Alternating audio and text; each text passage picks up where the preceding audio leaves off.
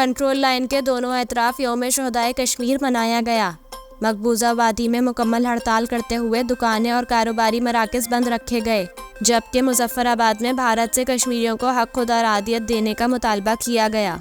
सदर मुमलिकत आरिफ अलवी की जानिब से यौम शोहदाए कश्मीर के मौके पर कश्मीर शोहदा को खिराज हकीकत पेश करते हुए भारत से इंसानी हुकूक की खिलाफ वर्जियाँ बंद करने, सियासी कैदियों की रिहाई और फौजी मुहासरा ख़त्म करने का मुतालबा किया गया। यौम शोहदाए कश्मीर के हवाले से मुजफ्फराबाद में घड़ी पिन चौक पर मुरकज़ी तकरीब मुनाकिद की गई।